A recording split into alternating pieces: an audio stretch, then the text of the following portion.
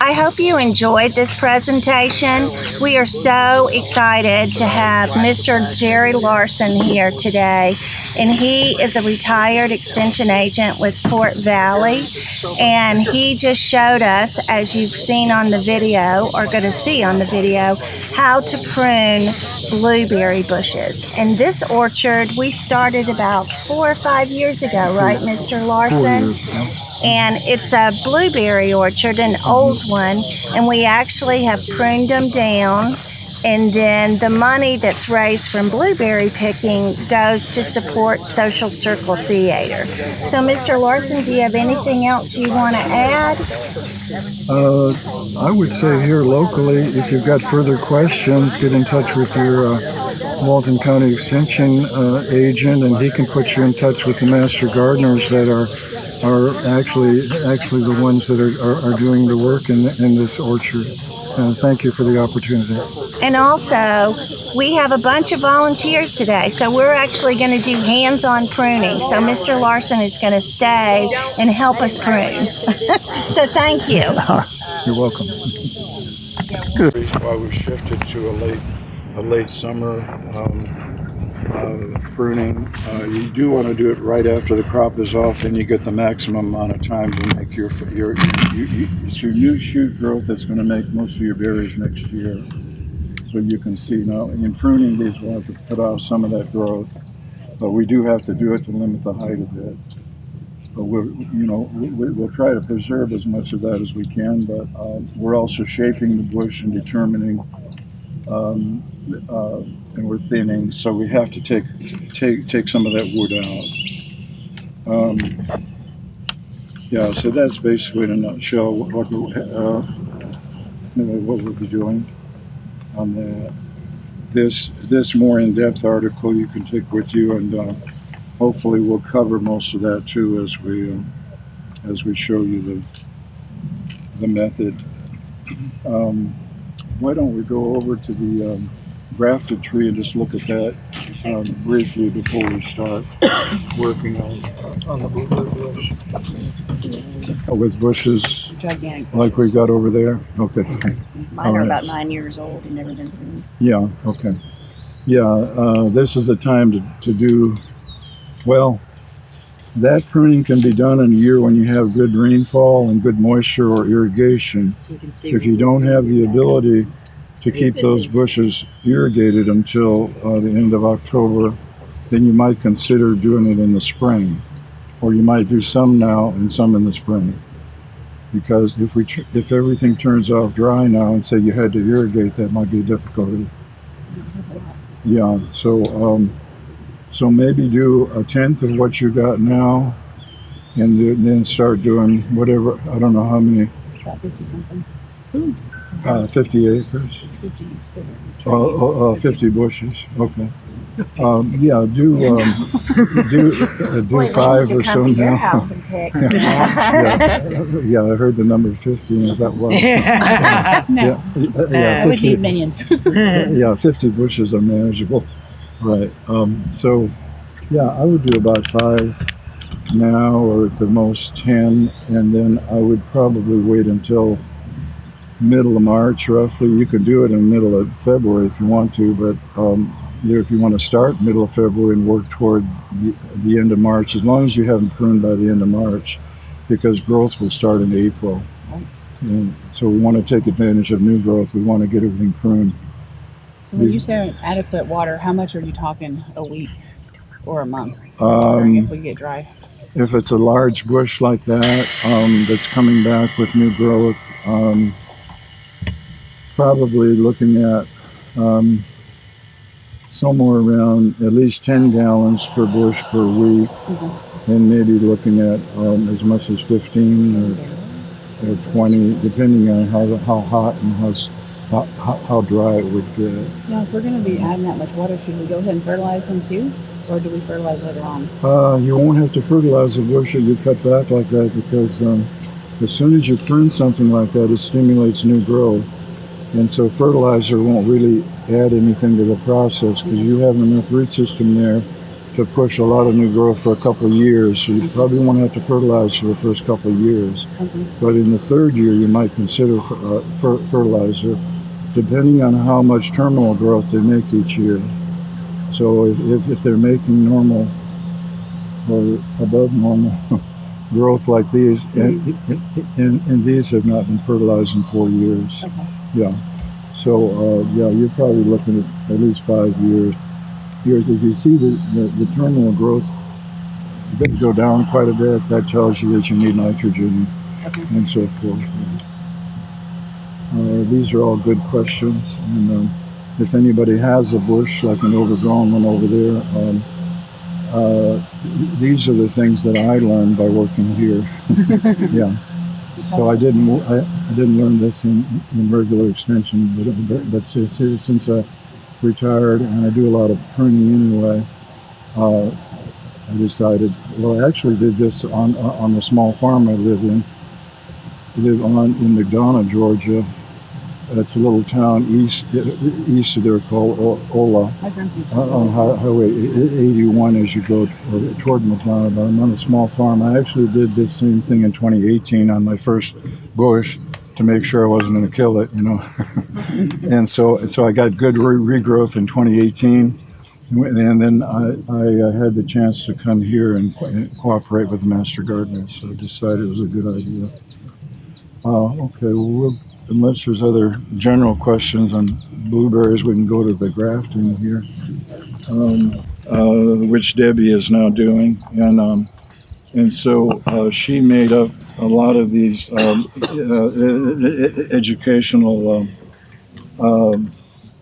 information that she put in plastic, and most of them will stay with the pear trees. We have a hard time keeping them on the blueberries because things kind of move around here with the wind and everything. But this one was grafted in March of 2019 onto a Bradford pear, and it was cut at the day of grafting. It's a bark graft that we used. If you want detailed information on grafting, you can go to UGA and find their propagation bulletin or brochure. It not only covers grafting, but it covers layering, air layering, and regular layering in the soil, and various other methods. Publications. Yeah, so I think it's called propagation of deciduous fruits. So you can get that information through UGA. If you want varieties that I've grafted here, you'll have to get in touch with me because I collect cyanwood on this one's Gold Crisp here, the top of the tree, and then we grafted another one in called Monterey, and it comes from northern Mexico, but it's done really well in Texas. So I thought we'd graft it here and see what the quality of the fruit is. I've got my first fruit now in Ola. It's kind of a small fruit. It's taken quite a while to mature compared to some of the other pears. So I haven't gotten a full crop yet, so hopefully next year. By the way, the last 2 years we took a hit on pears and blueberries with the cold weather in March. We had 3 cold nights in March this year. One was 22 degrees, and then a week or so later we had 2 nights at 26. So we basically lost 80% of the blueberry, 90% of the blueberries in this part of Georgia, and we lost most of our pears as well.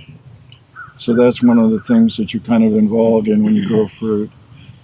So what we wanted to do here was to graft 2 on one tree. You want a pollinator variety for each of the 2 varieties. If you grow pears by themselves, some of them are self-fertile, but if you have another variety grafted to the same tree, you'll hopefully get better pollination and better fruit set. The central leader is what we go for in this. We've got extra branching here. I left it for now, but eventually we're going to make this our first what we call a scaffold branch on a fruit tree. Pears and apples. The central leader goes all the way up, and it's the tallest part, but you do want to limit how high it gets.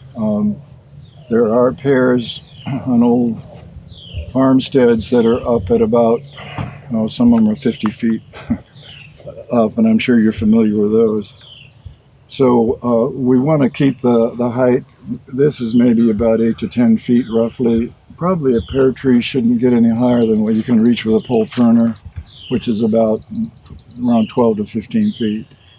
You head it out to something going in one direction or the other. There is one leader there off to that side that's going up, and I'm trying to maintain as the central leader. I have marked the scaffold branching on here. I guess I've marked the scaffold branching here. I didn't put one down there, but so we go from side to side. It's like a spiral staircase. If you look down from a helicopter, you have a spiral staircase pattern. So this would be the lowest, the largest scaffold would be always your first one. Then you go up about 30 inches. We're jumping a little higher than that here.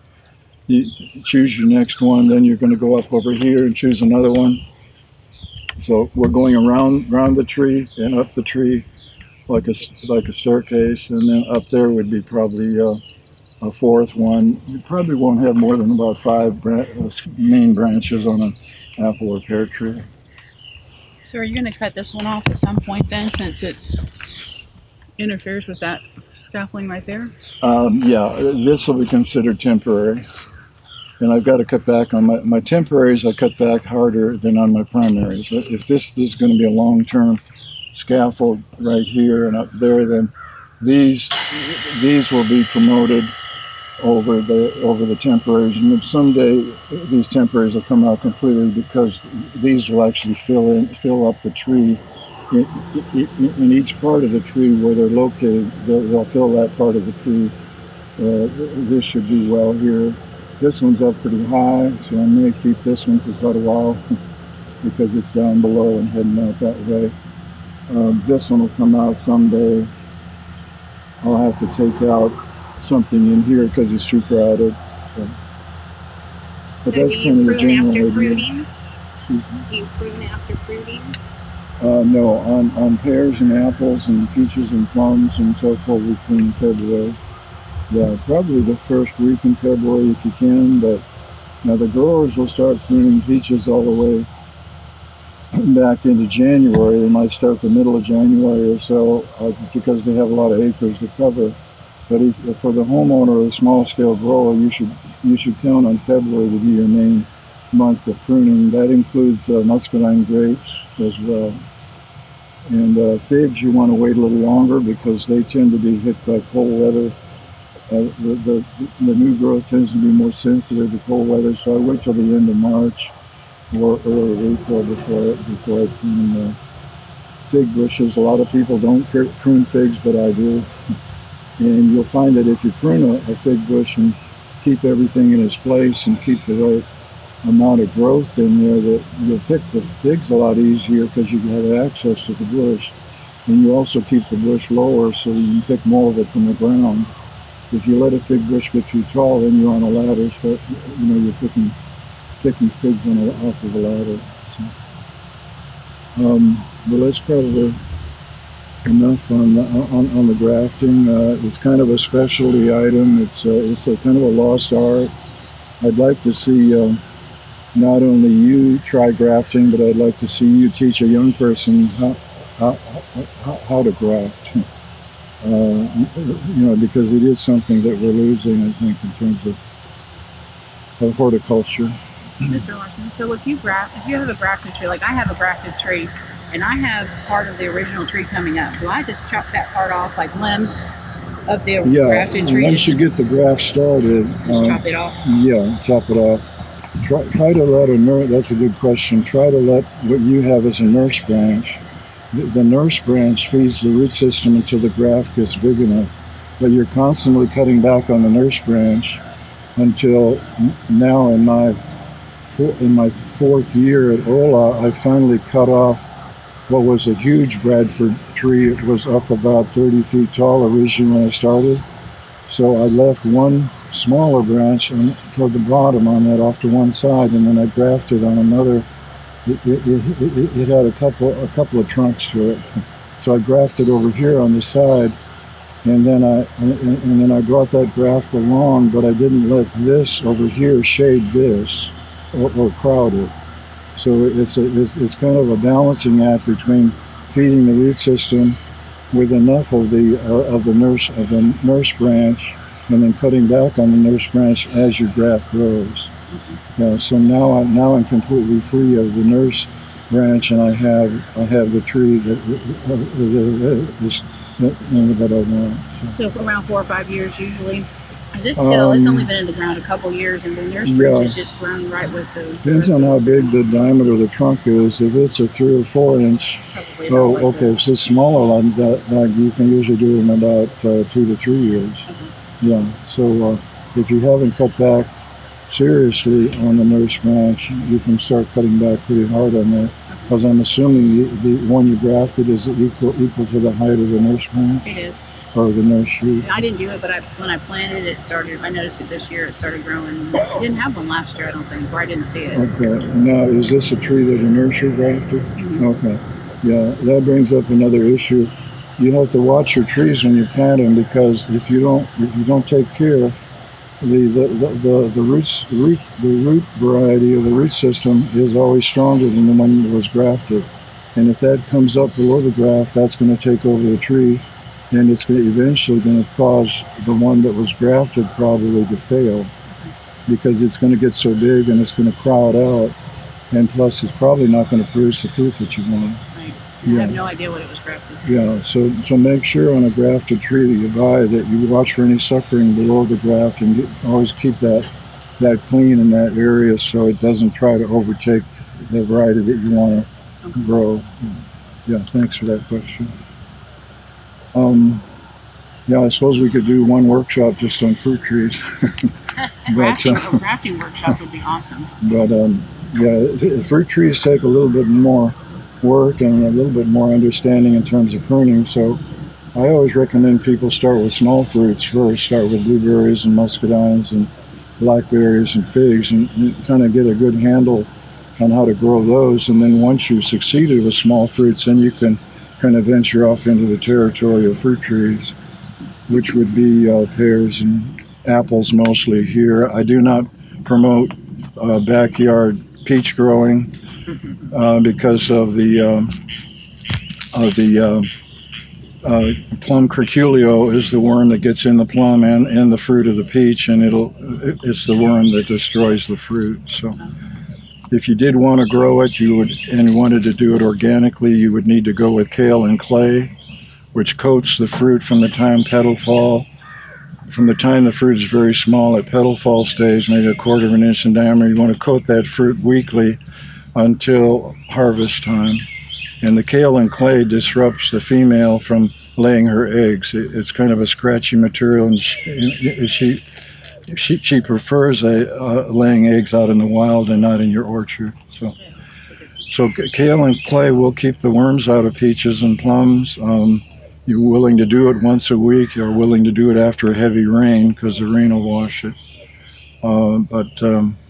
In general, I don't advise people plant or try to grow peaches and plums organically. But if you really want to, I think kale and clay, and then maybe sulfur to control some disease. Brown rot is the big problem on peaches. That little spot that started out yesterday, well, today it's up at an inch or 2 inches in diameter. The sulfur takes care of that. Excuse me. The sulfur takes care of that. Sulfur will help. It's not 100%, but it will help.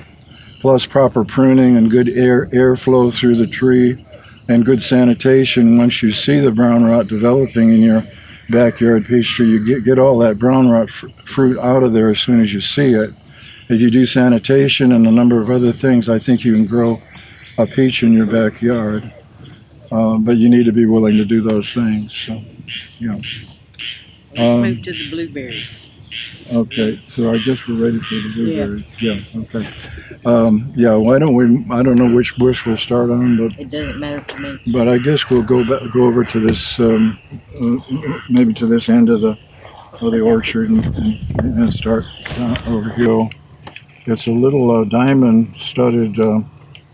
It's a diamond studded tool that you can use as your final sharpening on your blade. And you can pass that around. This surface here has small diamond particles gets in it, and so if you want to just take a look at that, yeah, in fact, you were the one that introduced me to that. Yeah, thank you for doing that. Yeah, it's a real good tool for sharpening. And but if you want to start out with a regular file, if you haven't taken care of it in a while and you want to start out with a regular file just to clean it up, you can use one like this. It got several choices, but there's a lot of stuff that builds up in here, and then there's stuff that builds up over here on this surface. I mean, you can do some initial cleaning, with one like this,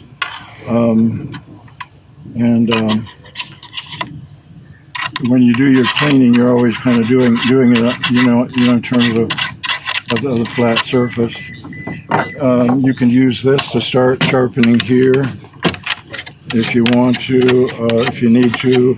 Probably this blade isn't good enough shape just to go with the diamond blade. This is an old Felco. This is happens to be a Fiskars here, but they're all good equipment. When you're doing your hand, this blade here as well as that blade, this is a bypass blade, and so there is an anvil type blade too that comes to an abrupt halt right here. This bypass is preferred because you get closer to the bud or the shoot that you're pruning to. But remember, you're just sharpening flat here. Over here, you're beveling. So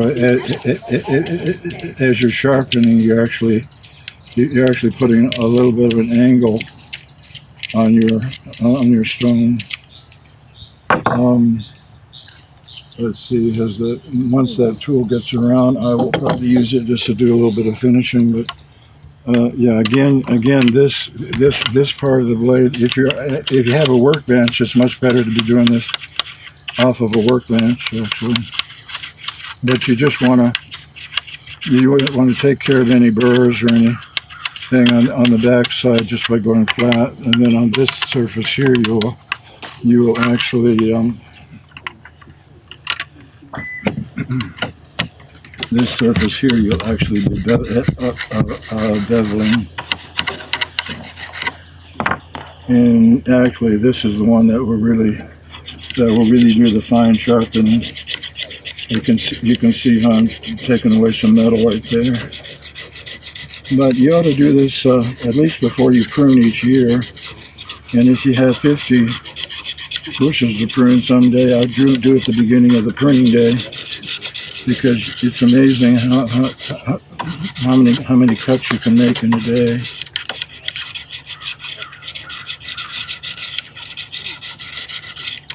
Just be careful you don't cut yourself now once you're using the tool.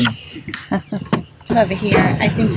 This one here is crowding a lot. This is crowding a lot. This one may be the only one we'd want to save on it for now, but eventually it'll come out too, because see these two. Let's see, we've got one way over there. Yeah.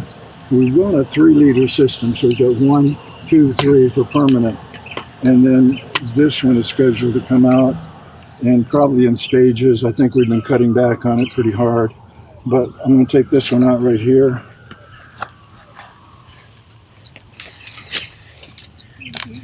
And blueberry wood is more dense than fig wood, so you'll have to work at it a little bit to get that out of there. And then this one also, so I'm taking it out in stages just to see what I'm going to end up with. So now this one maybe can make some fruit, and it's not crowding a lot or too much. Probably would take the center of this out right here, because that is opening up the center. Probably would take out this one going down, right there. That's going to allow this side of the bush to grow back in a bit. And really, the bush has the ability from these three to make a complete bush without this one someday. So the whole idea in selecting your permanent leaders is a triangular pattern as close as you can get to that.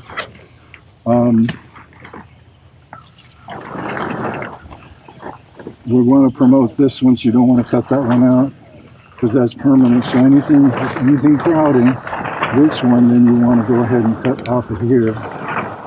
So go ahead and put right there. And that makes it easier. That gives this one more room. The other cut that'll give this one more room is to cut it right over into here and get the top of that out of there. And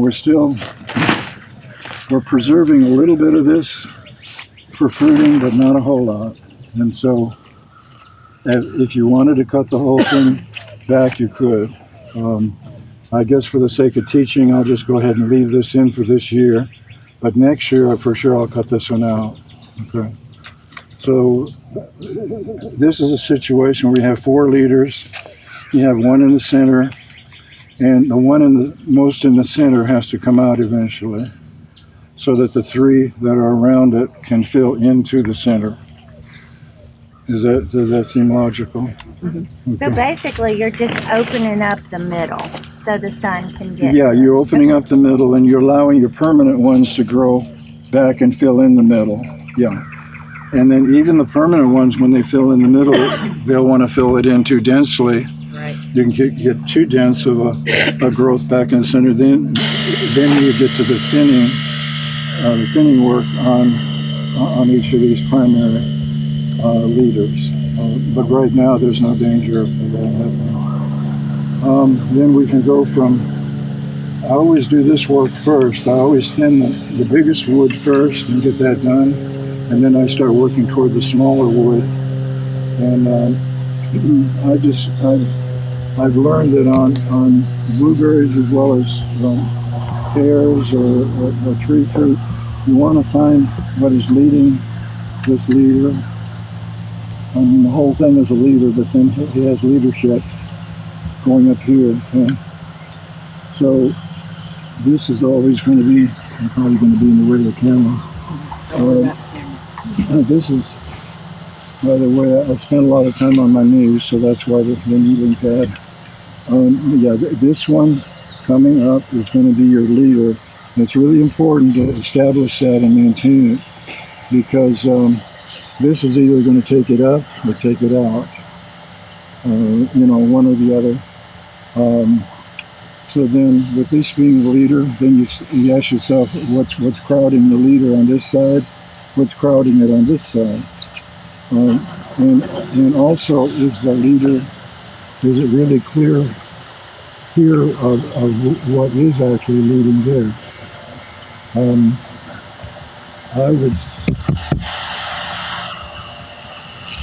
I would say you'll have to call one of these the one that's leading it.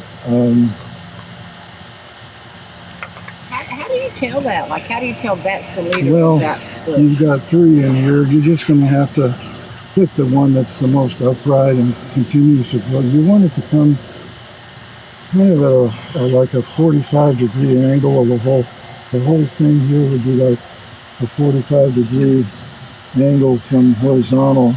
So I mean, this is headed in the right direction, in the right degrees, you might say. But I'm looking at 3 in here, and I'm thinking this one is probably going to be the best one to lead everything else. If you don't make that decision, then everything just gets really crowded.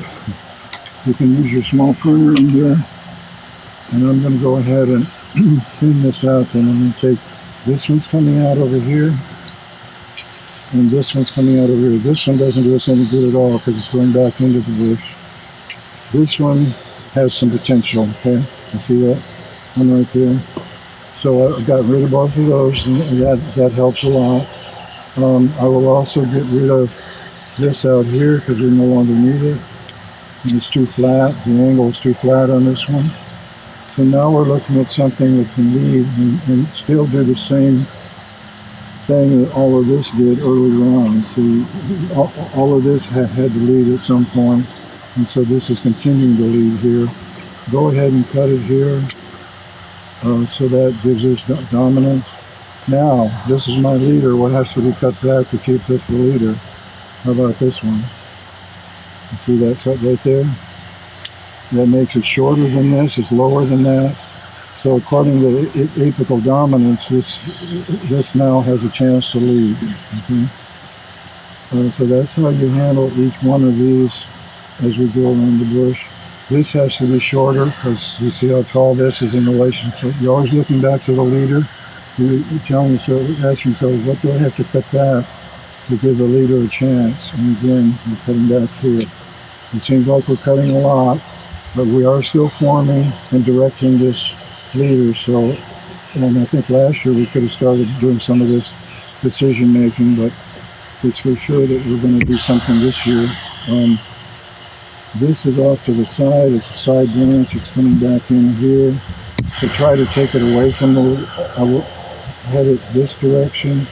You can go and cut. You can cut in here. Get rid of that. There's going to be some thinning cuts in here just to get rid of a bunch of stuff that's way too thick. Okay, so I took out about 4 or 5 there, but you're basically thinning in here and you're keeping it shorter than this. And we come around to this side. We've got one here that's crowding everything. See, it's underneath there and just crowding everything. So take all of that out. All of this one's coming out. Okay. As soon as you do that, you're lightening up the amount of foliage.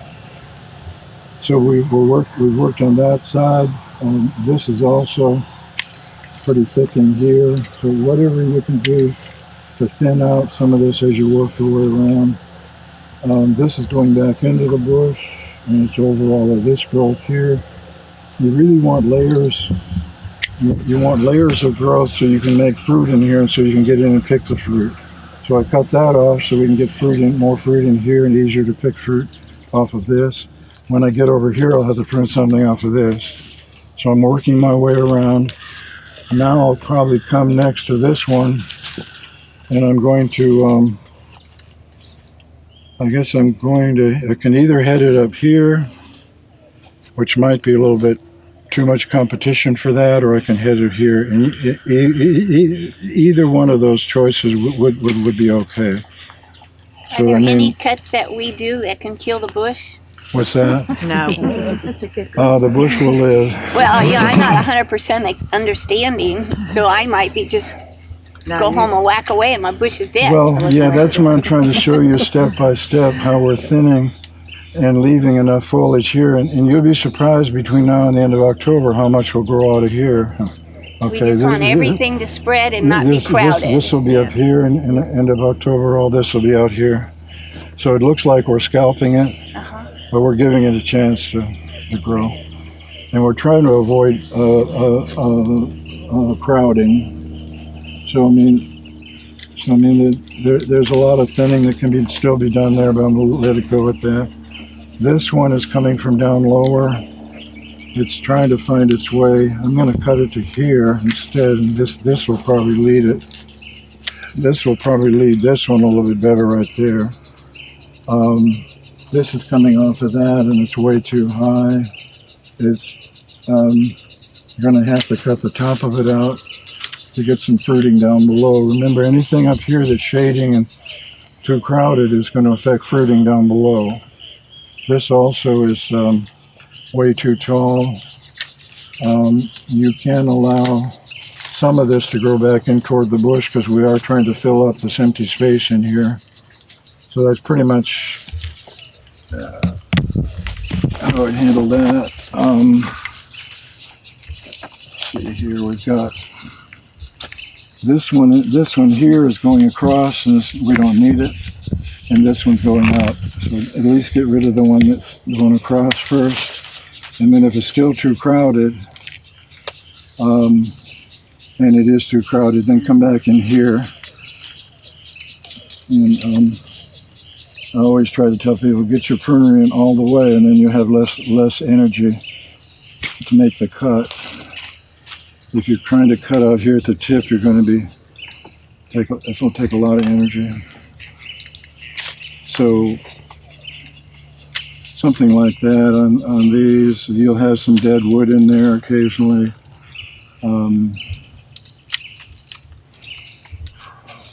So I think we pretty well have handled this section. Now the only part of it we haven't is over here.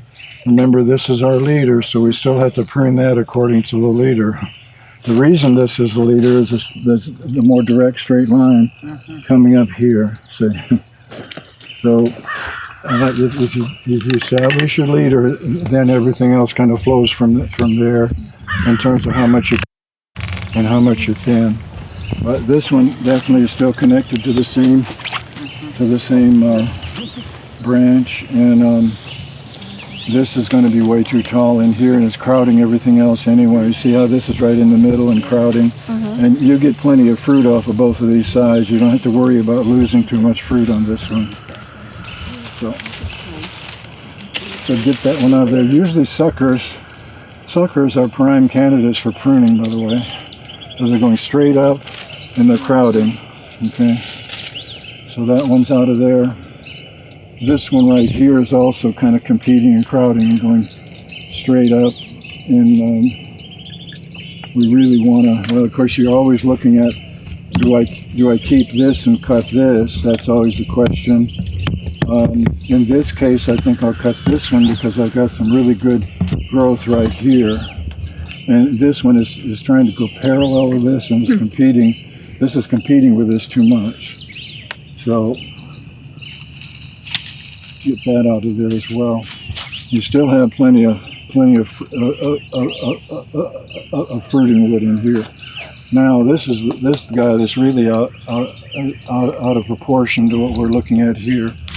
So go over here and decide what do I want to cut it back to.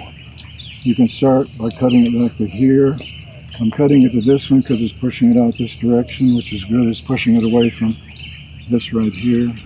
You could also choose this if you wanted to. And do that cut and look at it. That's okay. You know, to leave it like that. So you wouldn't take out just the whole thing? This whole thing down there? No, we would not. Because if we did, we'd leave too much of an empty hole right here. Okay. Yeah, so we're going to work with this, but we're going to cut it back seriously. We're also going to cut it back somewhat right in here as well. So we're going to do that. And then there's also a lot of stuff in here that's too crowded. We're getting down lower now. We want it to go in more toward the center, not back toward itself. So let's try cutting that out of there. This one is too low for picking fruit. It's below the 18-inch rule. So we'll get rid of that. This sucker can come off of here. Sometimes you can pull the suckers off. We try to keep everything clean up to about 18 inches. You see anything else that looks too thick? This is thick right in here yet, and this is growing back into the bush and underneath. So anything underneath or low and crowded is what you want to look for to prune out. I'm even thinking of getting rid of this one. And see, I took that one out. See how it thinned everything out. Yeah, I guess it's kind of, at this point, it's kind of like a barber. When he cuts your hair, he's got to look at your head, and he's got to figure out where are things that where's it too thick, and how much do I cut out to thin it to the right amount. And a barber probably is more precise than I am, but anyway, I wanted to do this in depth just to show you how to do one of these 3 liters. And I'll handle the other 3 the same way. You may have questions at this point. May still be a little crowded in here,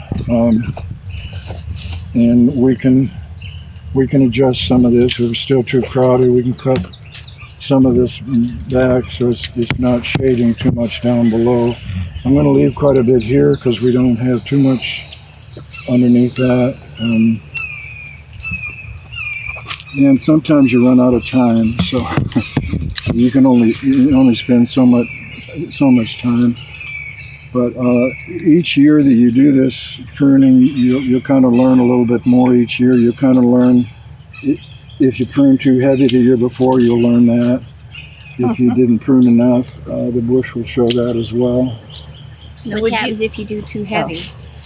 No prune? Is this counted as a sucker? That's a sucker. But you would leave it to keep filling that gap? Yeah, I would leave some of it, yeah. To fill in that side? Yeah, okay. Just well, as long as you ask the question, yeah, we'll leave it. We're going to probably kind of hit it out this way, pretty much the same direction, but I won't leave this right up here. I'll cut it back to a bud. Okay, cool. I'll cut it back to this bud that's coming out this way. Okay. And remember, you can direct the growth by cutting back to a bud or a shoot. Okay. And so this right here is a good example. If you wanted to even cut it back to here, it wouldn't hurt. Because then you'd start getting some development down here a little bit more. And we do want to fill the center in, so we do want to leave it. I can go ahead and do another one here. Do this one. Do this one, okay. And then after this, Mr. Larson, can we like get a bush and just start pruning, and that way we'll get yeah, hands-on I would if say you want the to? master gardeners that are here and want to get started on pruning, if you want to do that, and you can kind of go according to what I just did here as well. Okay. Because you'll have to make the same decisions that I'm making, on this bush. And then I guess you can check with Debbie or once I finish, this bush and the general teaching, then I'll be available too. Okay. Can you be the pruning police? Yes. Yeah, I guess you consider yourself. You're the pruning police. If you do it wrong, you get a whack. I think you've done it enough that you probably Well, there's know. just not going to be any fruit next year. Okay, so what we can do here is to work on this one next. And it seems like we ended up with a real short bush here, but remembering we're trying to build this up in the right manner, and we're trying to fill in the center. So we're doing more corrective pruning on this than generally is normal. An upright bush like that over there won't take quite as much pruning. Okay, so we've got to deal with somewhat with the height of this as well, always kind of keeping in mind that we kind of like to keep everything roughly in the same height. Now this is going to be a foot taller than that. And the big question here is, how much do we let this thing grow in relation to everything else? And we obviously can't maintain all of this because we do have to promote more growth down in here, and it's going to shade eventually. So go ahead and get rid of the top of this right here. You're going to at least get it there. You're going to lose some fruit there, but you're going to gain fruit here that's going to grow. Fruit buds are going to grow probably equal to this amount between now and the end of October. So all of this is going to fill in more now because I took that one off. Here's another one. Another sucker that's just growing up, and it's getting into, well, it's got some good growth on it. So we probably will keep, we'll take the top of this out. You see where my pruners are and the reason why I put them there. I want to take it to this one here. I want to head this out, but I don't want to keep all of this. It's preventing some new development up here. So get that one out. And then the other major one before I start finding the one that's directing this thing,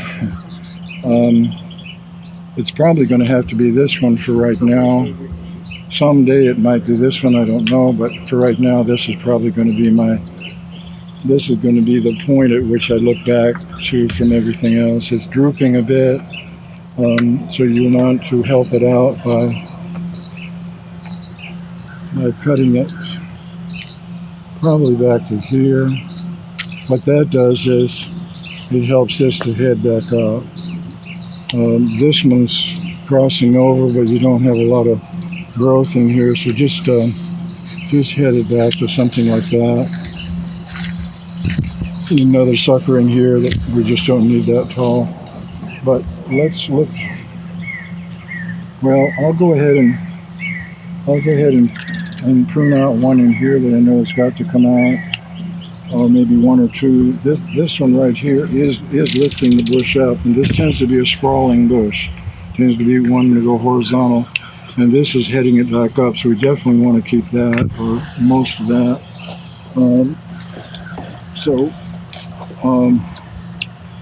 Look at what's around it and determine how much of it has to come out right now. To the point where this is not crowding, you can leave as much of this that's not crowding that. So right here I'm looking at this one and this one maybe to keep, possibly this one. Which one's your leader on that one? Well, I think the leader is going to be up here. Maybe I should finish that first. Let's go ahead and it's going to be the leader off of a side branch. The leader off of the whole system is right here. Or no, it's right here. And I still have some pruning to do on that one as well. Yeah, let's finish up let's always finish what we started, at least right in here, and then we know what we're looking at in terms of pruning over here. This one definitely is going to come out of here, so might as well clip it out right now. This is going to have to be shortened up, but okay. And the reason I'm working over here is this is a side branch off of that, and now I have something to look back to in terms of a reference point. Can also come up in here, clip these just a little bit because they're actually, these are taller than this one right here. So now we've pretty well detailed pruned our leader right here.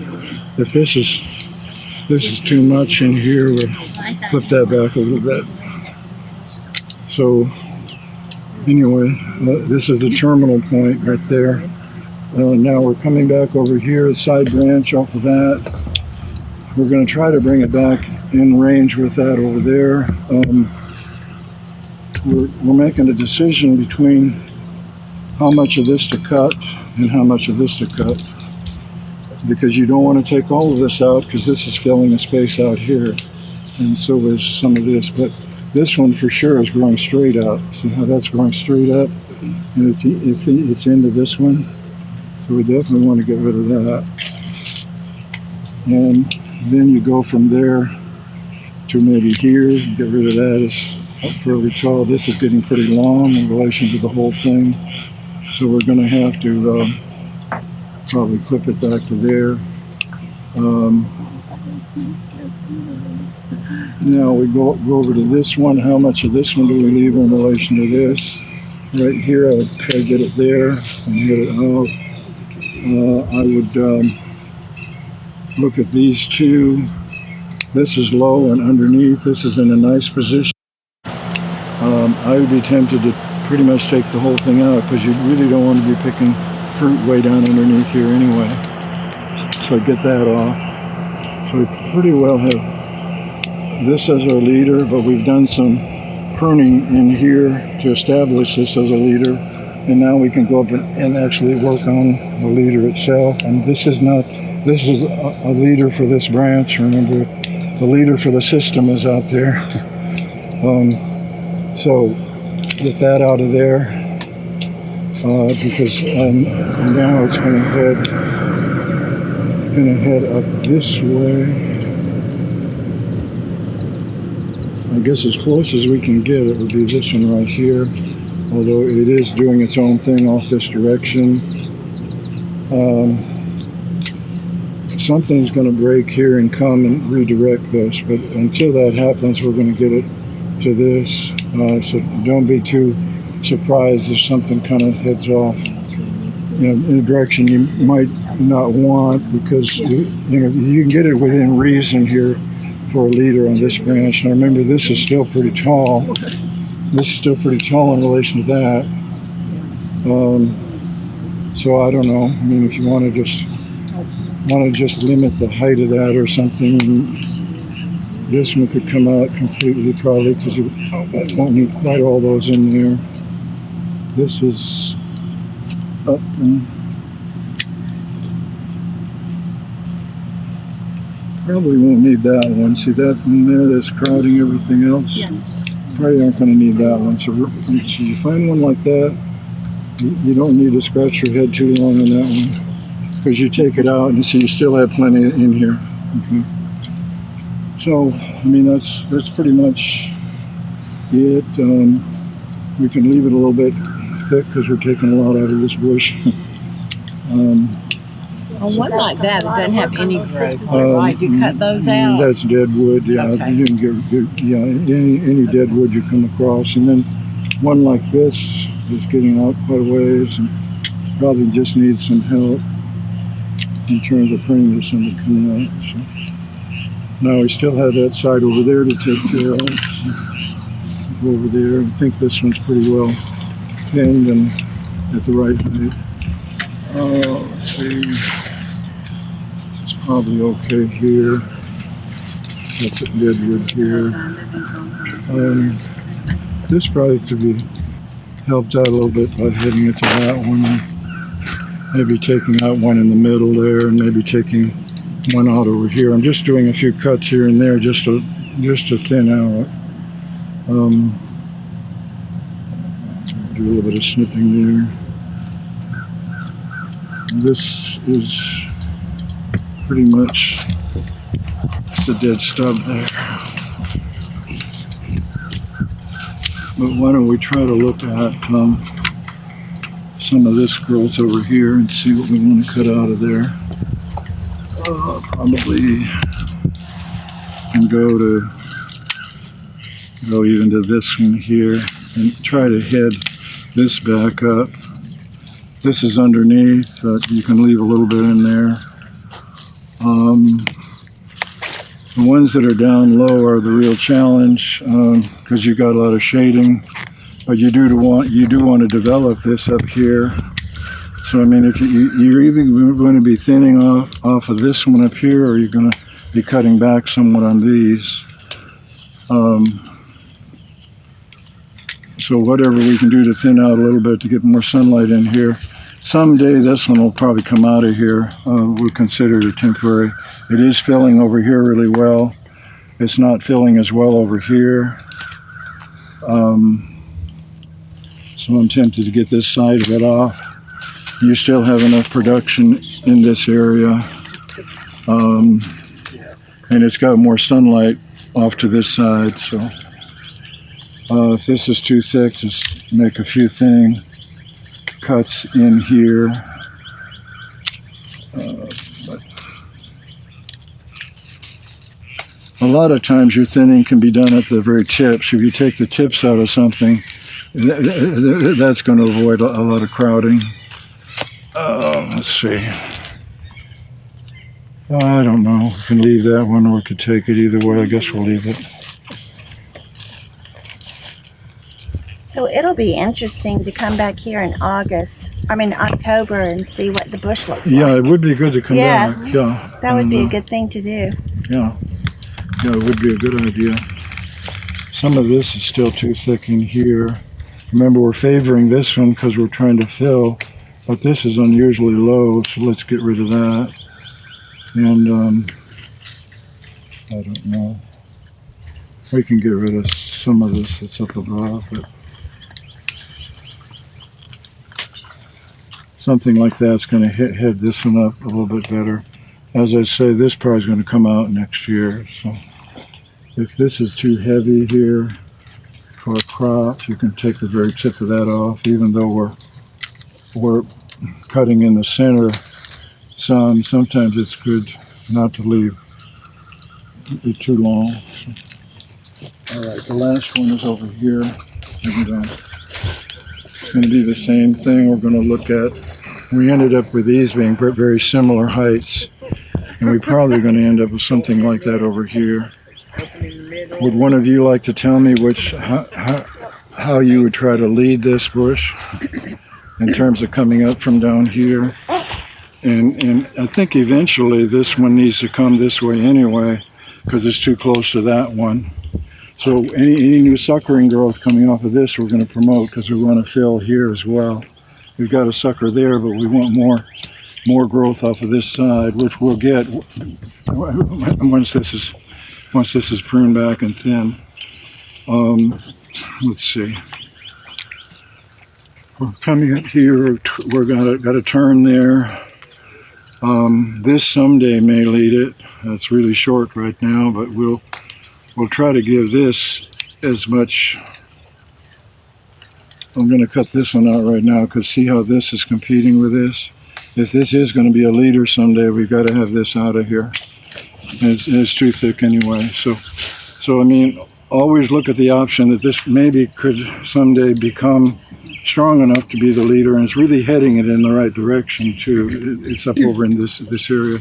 Therefore, if that's the case, then we're going to probably prune this side pretty hard. The question is whether to take all of this out or not. If somebody could hand me those loppers. I thought that was the guy. So always look at your bush from down below, but then also look at it from up above. I was thinking that one, but then I you want know. this one to grow into here, don't you? This one? Yeah, we're going to prune it so it heads that way.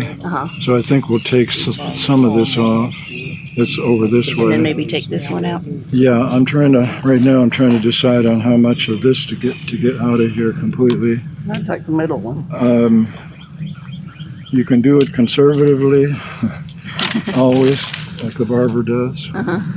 And so at least that much there. So is that the later one on this one? Well, it may be for right now, but I'm thinking this down the road is going to grow enough by October.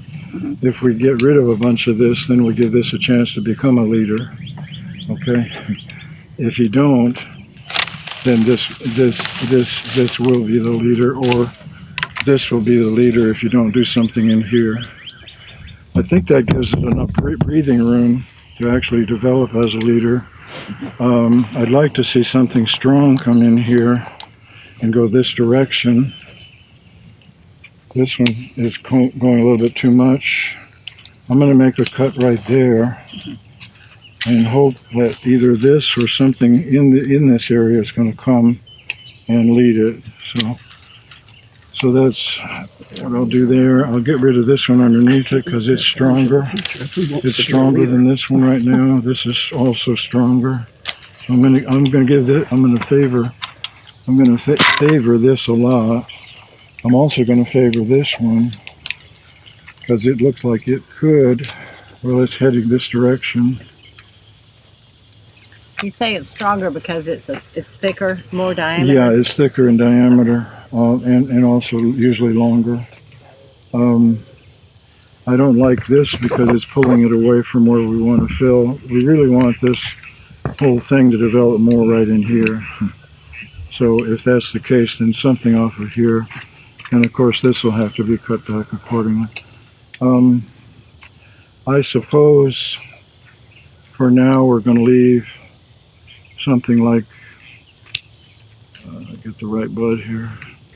We're going to leave something like this. We can cut this back a little bit. Actually, maybe this even back into here. So again, we're going to leave something in here, but we're going to favor this one. Coming back over to this side, we're going to have to get rid of some of it so it's not crowding here. Whatever is taking it that way is going to help us out, and whatever is going up. So this one's going up, going out, going that direction. So you don't want the ones that are going up. Yeah, especially on a bush like this where, I guess that one broke. On a bush like this where everything is spreading. Now some bushes are upright. The one bush behind us is upright.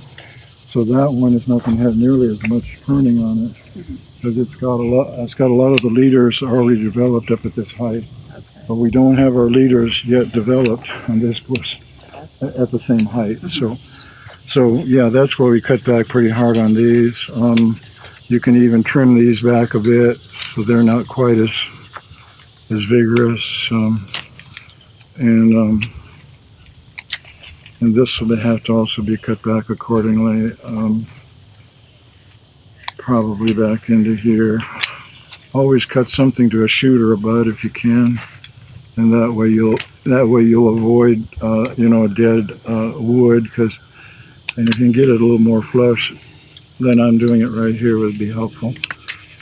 Get it fairly flush, then all of this will heal really well. If you leave stubs, it takes the plant quite a while to heal over the stub or the stub area. Let's see here. So we pretty well got the height on that. This will have to be thinned quite a bit.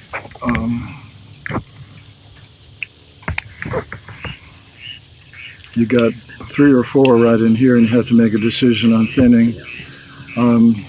I usually take the one in the middle, even though it tends to be the biggest one. I get the one in the middle out first, and that took care of a lot of the crowding right there. And then it's crowded in here too. This is underneath, and not doing a whole lot of good because it's coming back in there. So, if we do some thinning like that, it'll help a lot. Let's see. These are getting out of this, so go ahead and put that one there. These are thick, so anything going back into the bush, you can usually thin out and just lighten things up. This is coming up nicely, though. I would just get the side of this off because it's tending to pull it back down. So most of this is, within reason. So if you want to see the center of that, get that out of there. See how that thins it. You might say, well, I don't want to take that much wood out. Well, you get that out, and now you got potential for more fruiting wood that's spread out, or that's spaced well spaced. Okay, now down here to this guy. This is all bringing it back up. These are tending to pull it down. So look at the bottom of this and get rid of. See in here. Sometimes it's so crowded you can't even see what you're pruning, which is a good reason to. This one's going straight down, so that's kind of a no-brainer. Whatever will take this back up will help. So probably. Just one like this is fine, like that. And again, you want to go up with this one, so you can take both of these out down here, and that'll head this up. And then you've got stuff down here that's way too low and too thick. So take the whole thing out there. This whole thing's coming out there to thin that. When you're doing thinning cuts, try to cut the largest thing that you can cut. That'll do the most good, and then you won't have to thin out any others. If you just thin stuff that's too small, then you'll be forever thinning. Okay, so I guess that's part of the method of thinning. Okay, this may be still a little bit too far out. If you think it is, you can cut things out. Get it down. I'm kind of trying to make it even in a circle if you're looking at the big picture, like round. It'll end up being Is that why you're doing the ones that are coming way out here? Yeah, because out here you're checking for stuff that's too far out, and so you're heading that up. Okay. And it'll be kind of a circular bush once we get up to where we want it to. This is still long over here. Oh, good. That was Okay, bothering me. I was thinking about it too. I was like, oh. Yeah, you can. It's not super crowded yet. We can make it through few fruit next year, but get it back, within reason. And I think we did thin this okay over here. Now, what about this little guy? Here's the branch, and then this is crossing Yeah, over it's it. still going over it. But that's okay. Well, this is coming out next year. If it bothers you, Oh. if it bothers you, go ahead and prune it out. Because you still have fruiting. Makes me feel better. Thank you, Yeah, you've Mr. got fruiting on Larson. both sides here. So Now it can breathe. yeah, and we want to leave as much here in the middle as we can to kind of fill in the center. So. But you'd be surprised at the end of October how much growth will come back in here now. And how much That's growth awesome. will come I'll on come each back of and these take a leaders. picture. 'cause you Yeah, can do that. that's awesome. Okay. Yeah, I'll have So, to come back. a little bit thick over here as well. But at some point, you run out of time and you say, that's enough for this year. Move on to the next bush. Yeah. Unless you see something that really needs more attention, I think we'll let it go. There's crossover here and kind of thickness there, so it could be one or two more cuts. But hopefully that gives you a fairly good idea.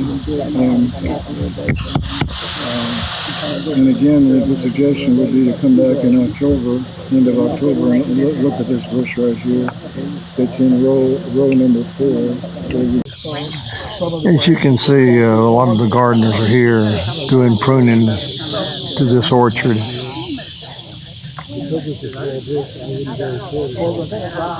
Hope you've enjoyed this. This is Paul Mullins with Walton Entertainment.